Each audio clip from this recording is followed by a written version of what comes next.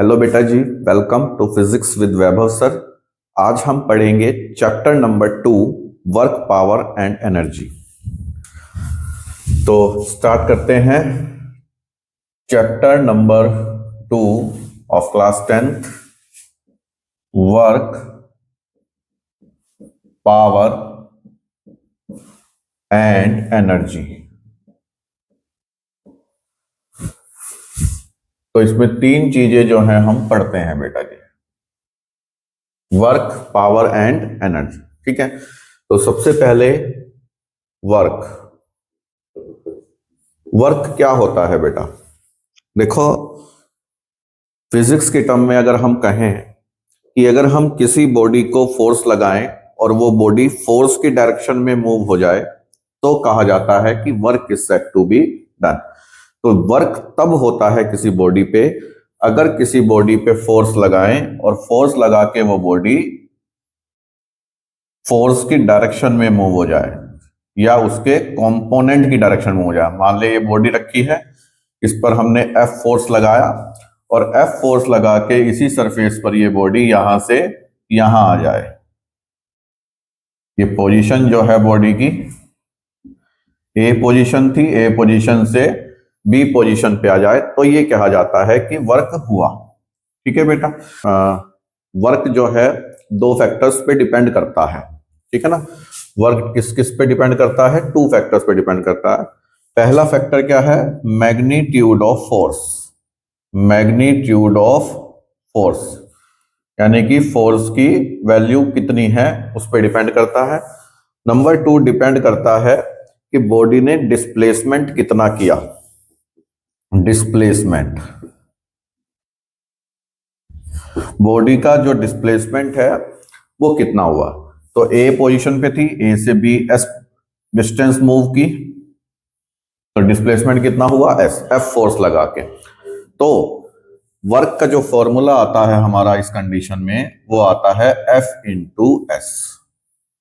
ठीक है बेटा, वर्क जो है स्केलर क्वांटिटी है, ये ध्यान रखेंगे आप। और वर्क की जो एसआई यूनिट होती है वो जूल होती है। सीजीएस यूनिट, सीजीएस सिस्टम में जो यूनिट होती है वो अर्ग होती है। ठीक है बेटा, और अगर बात करें इन दोनों का रिलेशन जूल और अर्ग का तो 1 जूल इज इक्वल टू 10⁻⁷ अर्ग होता है। ये बात हम इसमें ध्यान रखेंगे। वर्क दो चीजों पे डिपेंड करता है, फोर्स पे और डिस्प्लेसमेंट पे। ठीक है बेटा, लेकिन इसमें एक कंडीशन और आती है कि अगर यहां पर हम ऐसे बनाते हैं एक स्लोपी सरफेस, ये स्लोपी सरफेस है। ठीक है बेटा, अगर कोई ऑब्जेक्ट जो है वो यहां पे रखा हुआ है, ठीक है, ये यहां से थीटा एंगल पर है और हम इस पे फोर्स लगा रहे हैं हॉरिजॉन्टल एफ, तो ये डिस्प्लेसमेंट तो किधर की डायरेक्शन में होगा? इधर की डायरेक्शन में जाएगा। तो ये डिस्प्लेसमेंट होके यहां से जो है एस डिस्प्लेसमेंट होके ए पोजीशन से बी पोजीशन पे ऑब्जेक्ट आएगा। ठीक है बेटा, तब उस कंडीशन में वर्क कितना होगा? तब वर्क हो जाता है, फोर्स तो हॉरिजॉन्टल डायरेक्शन में लगा रहे हैं, डिस्प्लेसमेंट का हॉरिजॉन्टल कंपोनेंट, तो F into S cos theta. तो वर्क का फॉर्मूला क्या हो जाएगा? F S cos theta. Displacement का हॉरिजॉन्टल कंपोनेंट से मल्टीप्लाई करेंगे, जिस डायरेक्शन में फोर्स है उसी डायरेक्शन में डिस्प्लेसमेंट का हॉरिजॉन्टल कंपोनेंट क्या होगा? F S cos theta, where theta is the angle between F and S, यानी फोर्स और डिस्प्लेसमेंट के बीच का एंगल कितना है? थीटा। ठीक है बेटा, तो वर्क जैसे कि स्केलर क्वांटिटी है और फोर्स और डिस्प्लेसमेंट वेक्टर क्वांटिटी है, तो स्केलर क्वांटिटी कैसे हुई है? तो जब हम किन्हीं दो वेक्टर का डॉट प्रोडक्ट निकालते हैं, यानी कि vector A dot vector B, तो वो क्या होता है? F S cos theta. ठीक है बेटा, तो यानी कि ये जो है dot product of two vector is scalar quantity. Dot product of two vector is scalar quantity, so work is a scalar quantity. तो ये बात आप इसमें ध्यान रखेंगे बेटा। इसी बेसिस पर, इसी फॉर्मूले के बेसिस पर हमारे पास कुछ केसेस हैं, 3 केसेस हैं। तो केस नंबर 1 कुछ स्पेशल केसेस हैं। केस नंबर 1 क्या है कि when theta is equal to 0 degree. Theta is equal to 0 degree का मतलब फोर्स और डिस्प्लेसमेंट एक ही डायरेक्शन में हो, तब वर्क कितना आ जाता है, F into S cos 0 degree. Cos 0 की वैल्यू 1, तो ये आ जाता है F इंटू एस। तो इसका मतलब जो है वर्क इज पॉजिटिव। वर्क की वैल्यू क्या होगी, पॉजिटिव होगी। इसके बाद next is case number, second case क्या है, when theta is equal to 90 degree. अगर थीटा की वैल्यू 90 डिग्री होगी तब यानी कि फोर्स और डिस्प्लेसमेंट के बीच का एंगल 90 डिग्री हो, तो एफ एस कोस 90, कोस 90 की वैल्यू 0 होने की वजह से वर्क क्या होगा इस कंडीशन में, 0। यानी कि जब फोर्स और डिस्प्लेसमेंट आपस में परपेंडिकुलर होंगे तो वर्क कितना होगा, 0। इसके बाद case number third. Case number third क्या है, when theta is equal to 180 degree. 180 degree का मतलब फोर्स ऐसे लग रहा है और डिस्प्लेसमेंट अपोजिट डायरेक्शन में हो, तब उस कंडीशन में वर्क कितना होगा, एफ एस कोस 180। कोस 180 की वैल्यू होती है -1, तो ये हो जाएगा माइनस एफ एस, यानी कि वर्क जो है वो इस कंडीशन में क्या होगा, नेगेटिव। तो ये बातें हैं वर्क से रिलेटेड, ये आप ध्यान रखेंगे। ठीक है बेटा, तो हर एक केस का एक एग्जाम्पल है। जैसे पहला केस है theta is equal to 0। Theta is equal to 0 का मतलब एक सरफेस पर कोई ऑब्जेक्ट रखी है, फोर्स लगाया, डिस्प्लेस हुई, जैसे कि इस कंडीशन में, तो वर्क क्या होगा, पॉजिटिव। और फॉर्मूला क्या बन जाएगा, एफ इंटू एस।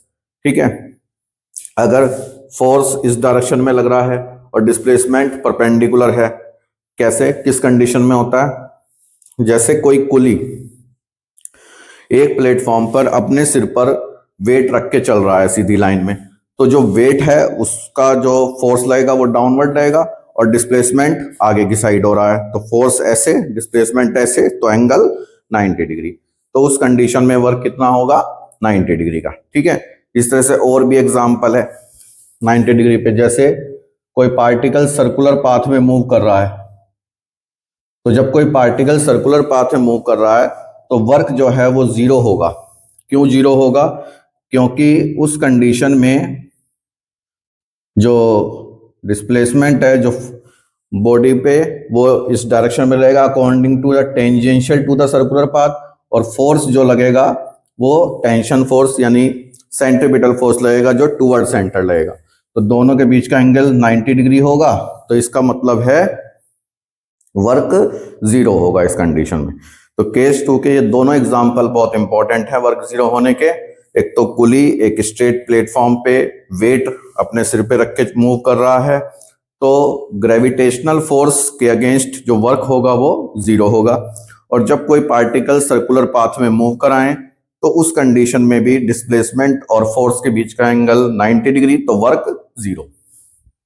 इसके बाद केस नंबर थर्ड का एग्जाम्पल क्या होगा, अगर हम किसी ऑब्जेक्ट को नीचे से ऊपर फेंकते हैं, कि जैसे हम किसी बॉल को नीचे से ऊपर फेंक रहे हैं, तो जब नीचे से ऊपर फेंक रहे हैं तो बॉल का जो डिस्प्लेसमेंट है वो तो ऊपर की डायरेक्शन में हो रहा है, ठीक है, और बॉल पे जो वेट लग रहा है वो डाउनवर्ड डायरेक्शन में लग रहा है, यानी कि फोर्स कैसे लग रहा है, डाउनवर्ड डायरेक्शन में, और मूव कैसे हो रही है, ऊपर की डायरेक्शन में। तो इसका मतलब दोनों के बीच का एंगल फोर्स और डिस्प्लेसमेंट के 180 degree, so work is negative in this condition. चलिए नेक्स्ट टॉपिक करते हैं, work done by the force of gravity. Work done by the force of gravity. Force of gravity की वजह से वर्क कितना लगता है। देखो बेटा, जनरल फॉर्मूला हम जानते हैं वर्क का, फोर्स इनटू डिस्प्लेसमेंट। ठीक है, तो यहां पर जो फोर्स हो जाता है वो वेट है ऑब्जेक्ट का, mg के इक्वल होगा, और s जो है वो h को रिप्लेस कर देगा। तो w इज इक्वल टू हमारे पास कितना आ जाता है, mgh। This is the formula for work done by the force of gravity. तो ये इसमें आप ध्यान रखेंगे। यूनिट ऑफ वर्क आपको बता ही दिया था हमने। इसके बाद करते हैं पावर। देखो बेटा, पावर का मतलब होता है rate of doing work. Rate of doing work is called power. तो पावर का फॉर्मूला हो जाता है वर्क अपॉन टाइम, ये फॉर्मूला हो जाता है। पावर भी कैसी क्वांटिटी है? स्केलर क्वांटिटी है। इसकी एसआई यूनिट जूल पर सेकेंड होती है, सीजीएस यूनिट अर्ग पर सेकेंड होगी। ठीक है बेटा। अदर यूनिट भी हैं पावर की जो मैकेनिकल इंजीनियरिंग में यूज होती है, वो क्या है? Horse power. Horse power H dot P dot. Horsepower is the unit of power which is used in mechanical engineering. जैसे इंजन की पावर को हम हॉर्स पावर में रिप्रेजेंट करते हैं और ये बिगर यूनिट होती है। 1 हॉर्स पावर का मतलब होता है 746 वॉट। ये भी आप ध्यान रखेंगे यूनिट में relation. 1 horse power is equal to 746 watt. तो ये ध्यान। इसके बाद पावर का एक और फॉर्मूला भी हम बना सकते हैं, क्या? कि P is equal to W की जगह हम रखें F into S upon T. तो P is equal to distance upon time, velocity, तो F इंटू वी। तो पावर का फॉर्मूला क्या आ जाता है? Force into velocity. ये भी एक पावर का फॉर्मूला आ जाता है। ठीक है बेटा, तो ये आप इसमें ध्यान रखेंगे। पावर की यूनिट, पावर का फॉर्मूला, यूनिट और रिलेशन। ठीक है बेटा, दोनों। इसके बाद जो है next topic is energy. Energy क्या होती है? Capacity to do work. Capacity to do work is called energy. किस कैपेसिटी से वर्क किया जाता है उसको हम एनर्जी बोलते हैं। और एनर्जी जो है बेसिकली एनर्जी की यूनिट्स हैं डिफरेंट डिफरेंट। बहुत इंपॉर्टेंट टॉपिक है। यूनिट्स क्या क्या है एनर्जी की? जैसे एक यूनिट होती है एसआई यूनिट ऑफ एनर्जी, जो वर्क की यूनिट होती है वही एनर्जी की यूनिट है, जूल। जे से रिप्रेजेंट करते हैं। सीजीएस यूनिट है, CGS unit of energy is अर्ग, और अर्ग को ईआरजी ही लिखते हैं बेटा। इसके बाद इनकी relation 1 joule is equal to 10⁻⁷ erg, ये आप ध्यान रखेंगे। इसके बाद सेकंड यूनिट है, बिगर यूनिट है एनर्जी की। बिगर यूनिट्स, बिगर यूनिट्स कौन कौन सी हैं? Watt hour and kilowatt hour. Watt hour and kilowatt hour, WH and KWH, ये बिगर यूनिट्स होती हैं एनर्जी की। इनकी रिलेशन जूल के साथ 1 watt hour is equal to क्या होता है? 3.6 इंटू 10⁻³ जूल, यानी कि 3.6 किलो जूल। ये हम लिख लेते हैं 3.6 किलो जूल। और 1 किलो वॉट आर का मतलब होता है 3.6 इंटू 10⁻⁶ जूल, और हम इसको लिख लेते हैं 3.6 मेगा जूल के इक्वल। ठीक है बेटा जी, तो ये रिलेशन हम जो है इसकी ध्यान रखेंगे। अदर यूनिट जो मोस्ट कॉमनली यूनिट होती है एनर्जी की, वो क्या है? कैलोरी। कैलोरी, और कैलोरी और 1 कैलोरी का मतलब होता है 4.18 जूल। इसको हम 4.2 जूल भी लिख लेते हैं कैलकुलेशन को इजी करने के लिए। CAL से रिप्रेजेंट करते हैं कैलोरी को। ठीक है बेटा। और स्मॉल पार्टिकल्स की एनर्जी की यूनिट होती है इलेक्ट्रॉन वोल्ट।